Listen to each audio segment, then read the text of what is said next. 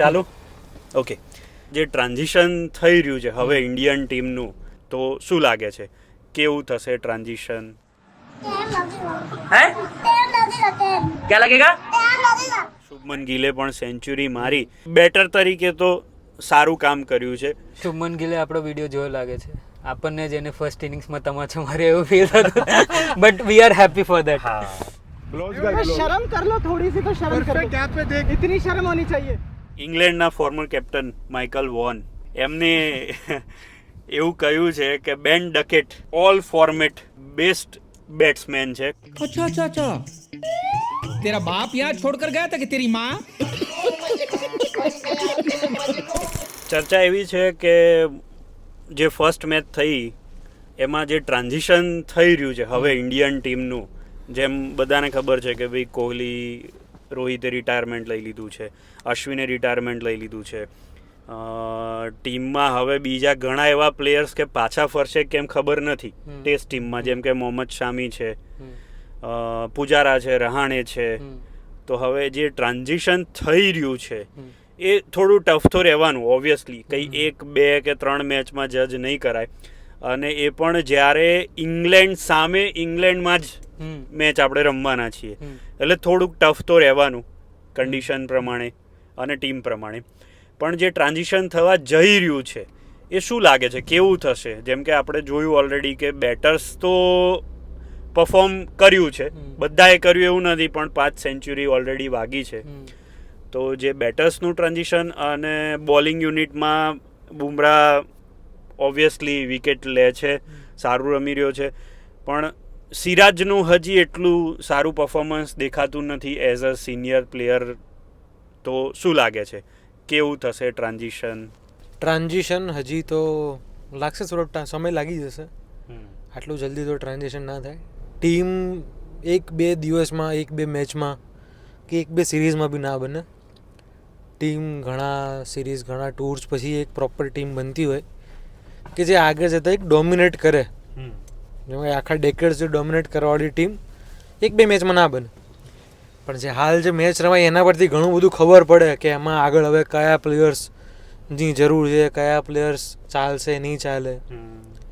તો ટ્રાન્ઝિશનનો immediate idea તો હાલ નહીં આવે, પણ જે પ્રોમિસિંગ સ્ટાર્ટ દેખાય અમુક પ્લેયર્સમાં, જેમ કે યશસ્વી તો પ્રુવન જે છેલ્લી 3-4 સિરીઝથી સારું, કોઈ એક મેચ તો એકલા હાથે જીતાડી જાય છે. અનફોર્ચ્યુનેટલી આ મેચ એ ના રહી, ઘણા કેચ ડ્રોપ થાય, ફિલ્ડિંગ એક અલગ ટોપિક છે, બટ એઝ અ બેટ્સમેન યશસ્વી એક પ્રોમિસિંગ સ્ટાર્ટ તો થઈ ગયું છે. તો એ હવે ફ્યુચરમાં એ ટ્રાન્ઝિશન તો જે રોહિત શર્માનું હતું એ તો યશસ્વીના નામમાં દેખાઈ રહ્યું છે. બરાબર છે. રહી વાત વિરાટ કોહલીની, તો એની જગ્યા તો હાલ શુભમન ગિલે પોતે લીધી છે નંબર 4 બેટરમાં. પુજારાની જગ્યા હજી સુધી ફિક્સ થઈ નથી, તો એ ટાઈમ લાગશે. સુદર્શનને ચાન્સ આપે, સુદર્શનને હજી થોડો સમય આપશે. બરાબર છે. તો ઘણા સવાલો છે, જવાબ મળ્યા નથી.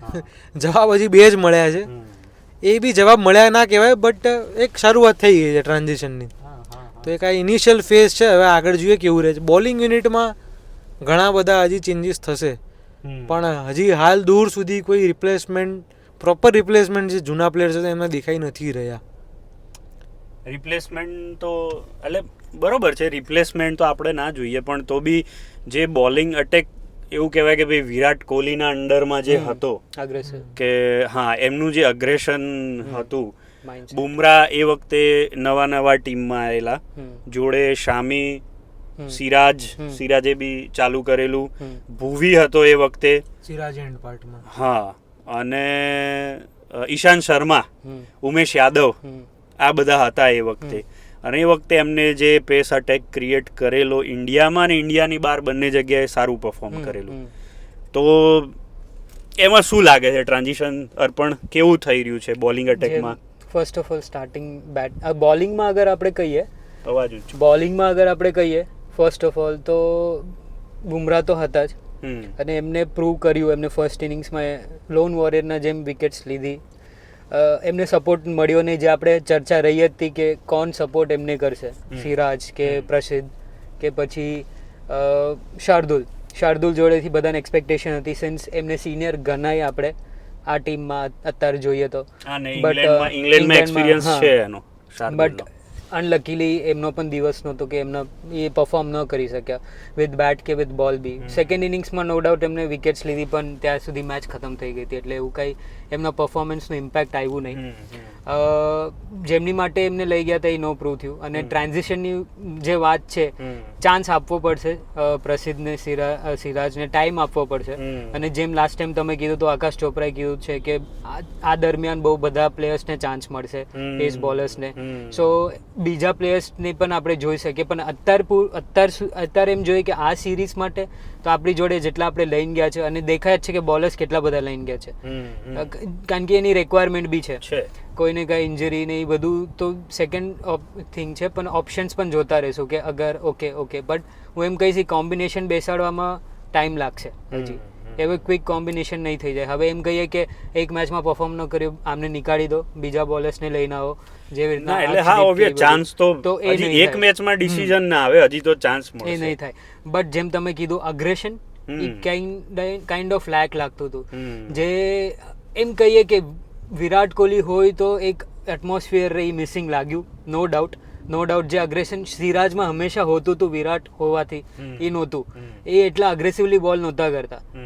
લાઈક નો ડાઉટ એમને થોડુંક આઈ ગેસ એક ટાઈમ કોઈકની જોડે થયું હતું કાંસુની ક્રોલી જોડે જ્યારે એમને રનઅપ લઈ લીધું ને પછી કંઈક થયું હેરી બ્રુક જોડે. ઓકે બટ અગેન ઈ અગ્રેશન નહોતો. જે હવે ઓબ્વિયસલી ક્રિકેટ એક માઇન્ડસેટ ગેમ બી છે જેમાં તમે અગર માઇન્ડસેટથી હારી જાઓ, જે સેકન્ડ ઇનિંગ્સમાં લાગ્યું કે એ સ્કોર જોઈને ઇન્ડિયન ફિલ્ડર્સને બધા માઇન્ડસેટથી હારી ગયા હતા, જેનો ઇમ્પેક્ટ આપણને ફિલ્ડિંગમાં પણ દેખાણો. કેચેસ ડ્રોપ થયા સેકન્ડ ઇનિંગ્સમાં જે નો થવા જોઈએ એ પણ થયા. સો એ બધું છે, ઘણું બધું ઓવરકમ લેસન્સ જ છે, લર્ન જે નથી શીખવું જોઈએ. સો ટ્રાન્ઝિશનમાં પણ વાર લાગશે. હા બરાબર છે. તો પછી એના હિસાબે શું લાગે છે, આપણે હવે જે બીજી મેચ રમવા જવાના છીએ તો બીજી મેચની અંદર બેટિંગ યુનિટમાં કે બોલિંગ યુનિટમાં કોઈ ચેન્જ થવો જોઈએ કે ના થવો જોઈએ અને કેમ, શું લાગે છે?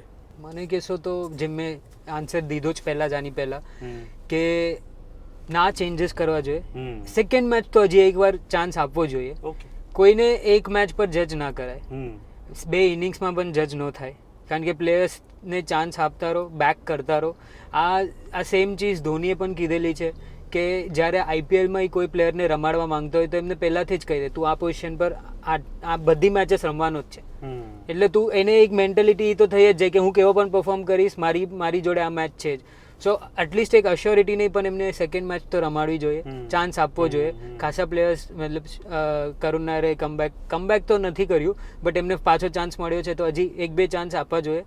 પછી લેટ્સ થિંક ઓન ઇટ કે એમને પછી હવે એનફ ચાન્સ મળી ગયા, he is not able to perform, તો આપણે લઈ શકીએ. અને સેમ સાઈ સુદર્શનને બી સાઈ તો હજી મતલબ એક જ મેચ રમ્યા છે.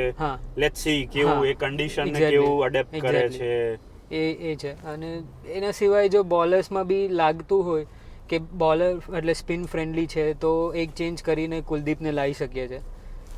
અને સ્પિન ફ્રેન્ડલી નથી અને આવીને આવી છે તો I think we should go with the same team. Spin friendly તો ચાન્સ મને ઓછા લાગે છે.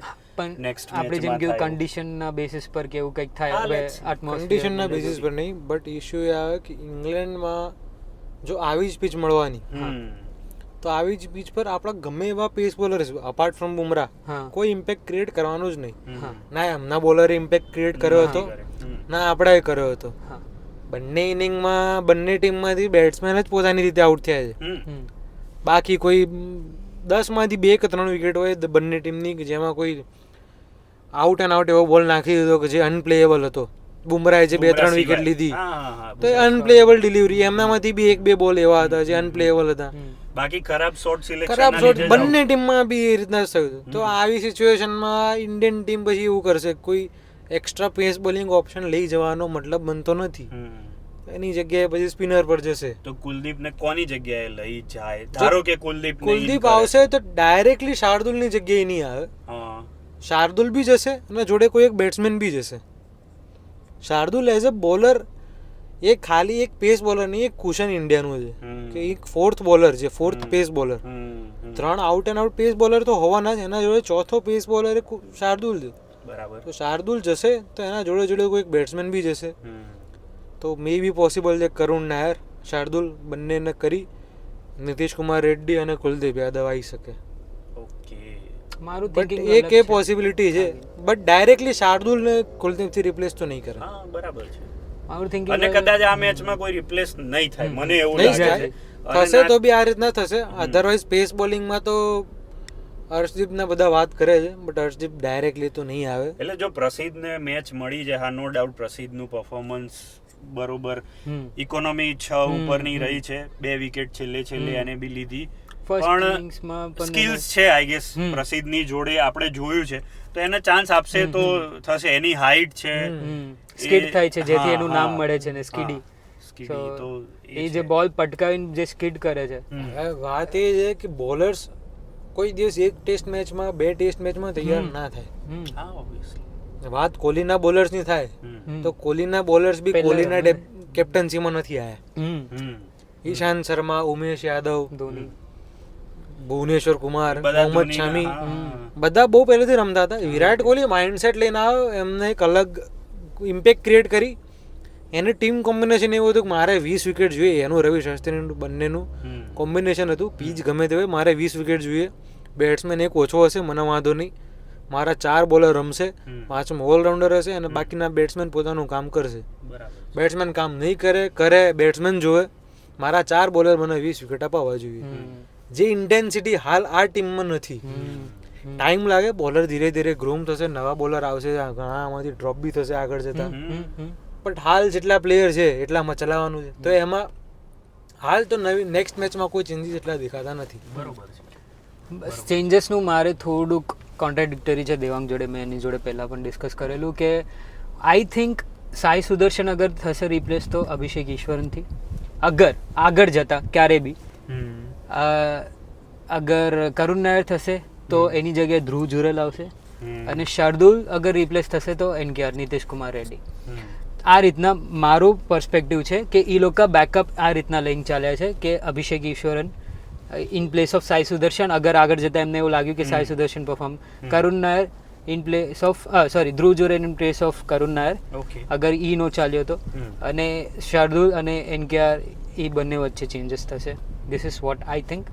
અગેન પછી તો ગંભીર અને ગિલ જ કરશે બરાબર છે, બરાબર છે. This is what I. Okay, હમણાં જે વાત થઈ એ પ્રમાણે સ્ટેટ્સ એક એવું કહે છે કે ભાઈ કોહલીના અંડરમાં જે બોલિંગ અટેક હતો આપણો, એમાં એવું છે કે એ વખતે આપણે ટોટલ 36 અવે મેચ રમ્યા છીએ, જેમાંથી 22 મેચમાં આપણે સામેની ટીમને બંને ઇનિંગમાં ઓલ આઉટ કરી છે, 20 વિકેટ લીધી છે. 22 આઉટ ઓફ 36 અવે મેચ. અને એના પછી કોહલીની કેપ્ટનશીપ છોડ્યા પછી ટેસ્ટ ક્રિકેટમાં આપણે 11 અવે મેચ રમ્યા છીએ, જેમાં ખાલી 4 જ મેચની અંદર 20 વિકેટ, એટલે કે બંને ઇનિંગમાં સામેની ટીમને ઓલ આઉટ કર્યા છે.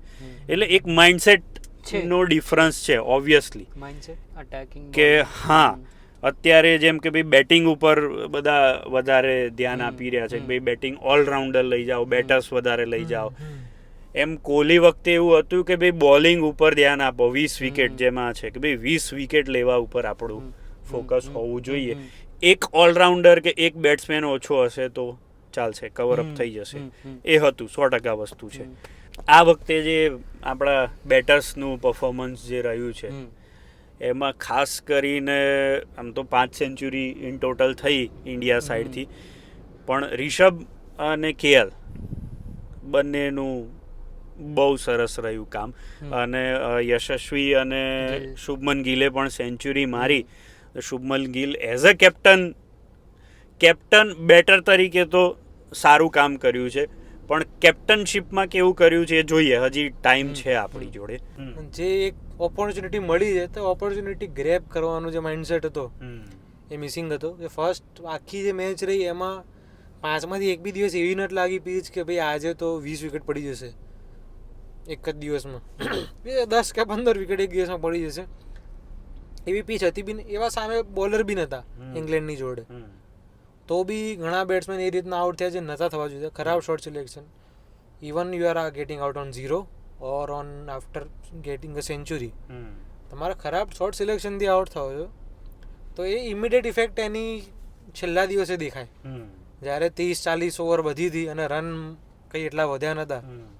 જો ત્યાંથી 10-15 ઓવર બી કદાચ કોઈ એક્સ્ટ્રા રમ્યો હોત, કાં તો 20-25 રન બી એક્સ્ટ્રા કર્યા હોત, તો એનો ઇમ્પેક્ટ લાસ્ટ ડે ડ્રો બધા સિનારીઓ પોસિબલ હોત. એ હવે છે એ ટેસ્ટ મેચ એટલે જ કહેવાય ફર્સ્ટ ફોર્મેટ. લગભગ એવું છે કે આપણે જે 835 રન ટોટલ માર્યા 2 ઇનિંગમાં થઈને, એ 835 નો સ્કોર રેકોર્ડ થઈ ગયો કે ભાઈ કોઈ ટીમ 835 રન મારીને હારી ગઈ છે, બરોબર. પણ એવું છે કે 835 રન આમાં એક રીતે જોવા જાવ તો ઇનફ નહોતા, as per the pitch, flat pitch હતી એ પ્રમાણે ઇનફ નહોતા. અને જે રીતે આપણે જોયું કે પહેલી ઇનિંગની અંદર શું થયું કે છેલ્લી 7 વિકેટ આપણી 41 રનમાં પડી ગઈ છે અને બીજી ઇનિંગમાં છેલ્લી 6 વિકેટ 31 રનમાં પડી ગઈ છે. તો આ જે કન્ટ્રીબ્યુશન લોઅર મિડલ ઓર્ડરનું કે ટેલેન્ડર્સનું નથી આવ્યું. ખાલી એવું નથી, બેટ્સમેન બી જેમ કે ભાઈ સાઈને ચાન્સ મળ્યો, કરુણ નાયરને ચાન્સ મળ્યો, તો આપણે એવું નથી કહેતા કે ભાઈ સેન્ચુરી મારો, બીજા બધા તો મારી જ છે, પણ થોડાક બોલ વધારે રમ્યા હોત, થોડી નાની 30-40-50 રનની પાર્ટનરશિપ કરી હોત તો મેચનું રિઝલ્ટ મે બી કંઈક અલગ હોત. મારા પર્સપેક્ટિવથી એ છે કે ફિલ્ડિંગ અગર વધારે સારી રહી હોત તો સ્કોર ક્યાંક રોકાના હોત. જે કેચેસ ડ્રોપ થયા છે બંને ઇનિંગ્સમાં, અને એ લોકોએ બી કર્યા છે જેમ કીધું આપણે, બટ આપણી માટે આપણે હાર્યા છે એટલે આપણને વધારે ખોટું લાગે, વધારે થાય. પણ એટલે યશસ્વી કે એવું ખરાબ ફિલ્ડર છે એવું છે નહીં, બટ યશસ્વી અગર તમે ફિલ્ડરનું પણ કહો, બટ એઝ અ બેટ્સમેન એને એ અત્યાર સુધી 4 કન્ટ્રીઝમાં ગયો જેમાં 3 કન્ટ્રીઝમાં એને સેન્ચુરી મારીને આવ્યો છે. હા, New Zealand, Australia, West Indies, England, south આફ્રિકામાં જ નથી મારી શક્યો, બટ ઇન્ડિયામાં તો મારી જ છે. એટલે 5 કન્ટ્રીમાં રમ્યો છે, એમાંથી 4માં એની સેન્ચુરી જ છે ઓલરેડી. અને રમતા પ્લેયરને તમે છોડી દેશો તો રમશે કોણ? એટલે એટલો ખરાબ ફિલ્ડર બી છે નહીં એક્ચ્યુઅલી. આ તો આ મેચ એની એનો દિવસ ખરાબ હતો કે મેચ ખરાબ ગઈ, પણ શીખશે. એને ઘણા સારા કેચ પકડાયા છે, બ્લાઇન્ડર્સ બી પકડાયા છે, એવું કંઈ નથી. થશે, દિવસ ખરાબ ગમે એના હોય ક્રિકેટમાં. ઇંગ્લેન્ડના ફોર્મર કેપ્ટન માઇકલ વોન એમને એવું કહ્યું છે કે બેન ડકેટ જેમની સેન્ચુરી થઈ સેકન્ડ ઇનિંગની અંદર, અને મોસ્ટલી એવું કહેવાય કે ભાઈ એમના બિલ્ડઅપના લીધે ઇંગ્લેન્ડ જીત્યું છે, છેક સુધી ટકીને રહ્યા. એટલે તો એમનું એવું કહેવું છે કે બેન ડકેટ એ ઓલ ફોર્મેટ બેસ્ટ બેટ્સમેન છે કરંટ ઇન્ટરનેશનલ ક્રિકેટમાં, એમનું એવું કહેવું છે.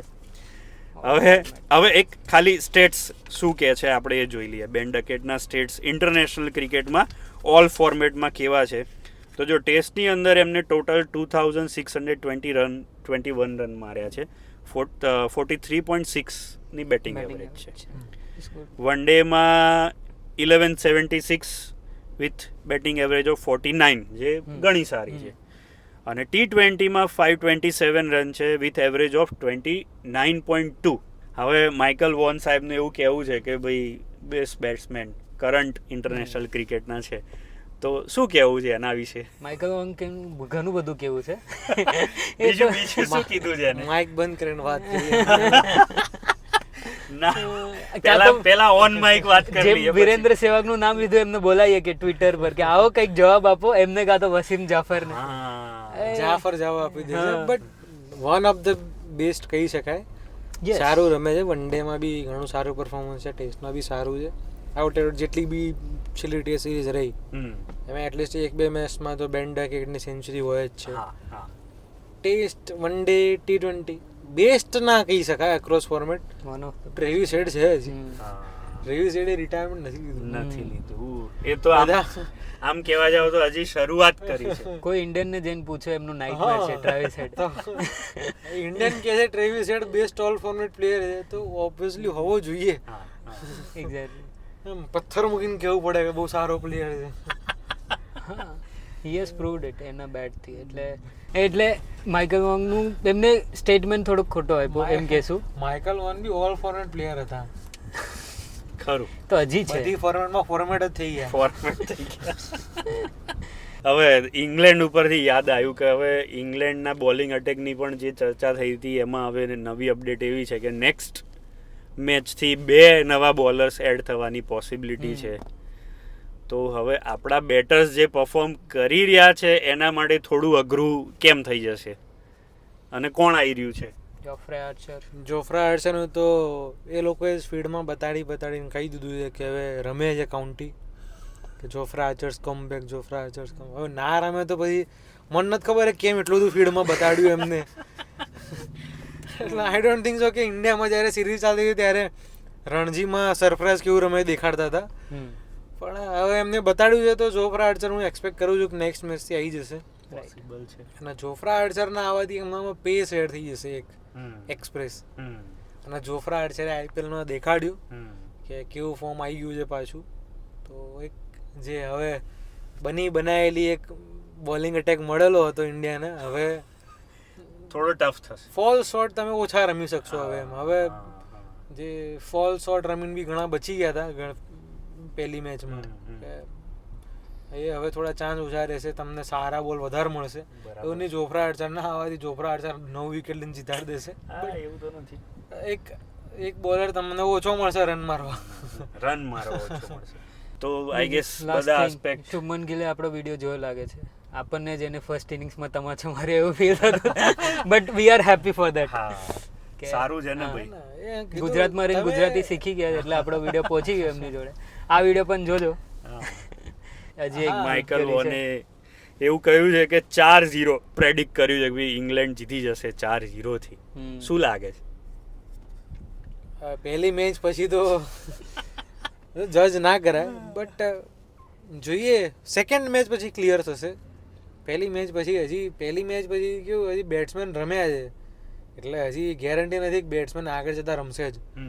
તો બેટ્સમેન બી નહીં રમે, બોલર બી આવી બોલિંગ કરશે તો 5-0 બી થઈ શકે.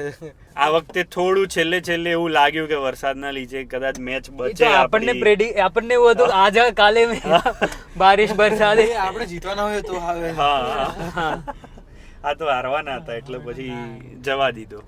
ઇંગ્લિશ વેધર એને એટલે જ ઇંગ્લિશ વેધર કહેવાય છે. ટ્રુ. તો કામ વગરના ટાઈમે જ આવે. જો તમે વિડીયો છેલ્લે સુધી જોયો છે, અમે લવારી તો બહુ કરી લીધી, ચર્ચાએ બહુ કરી લીધી કે શું થશે આ સિરીઝમાં, 2-2, 3-2 કે ભાઈ માઇકલ વોનના જેમ 4-0 એ ઇન્ડિયા એક બી મેચ નહીં જીતે આ ટૂર ઉપર. તમને શું લાગે છે? કમેન્ટ કરજો.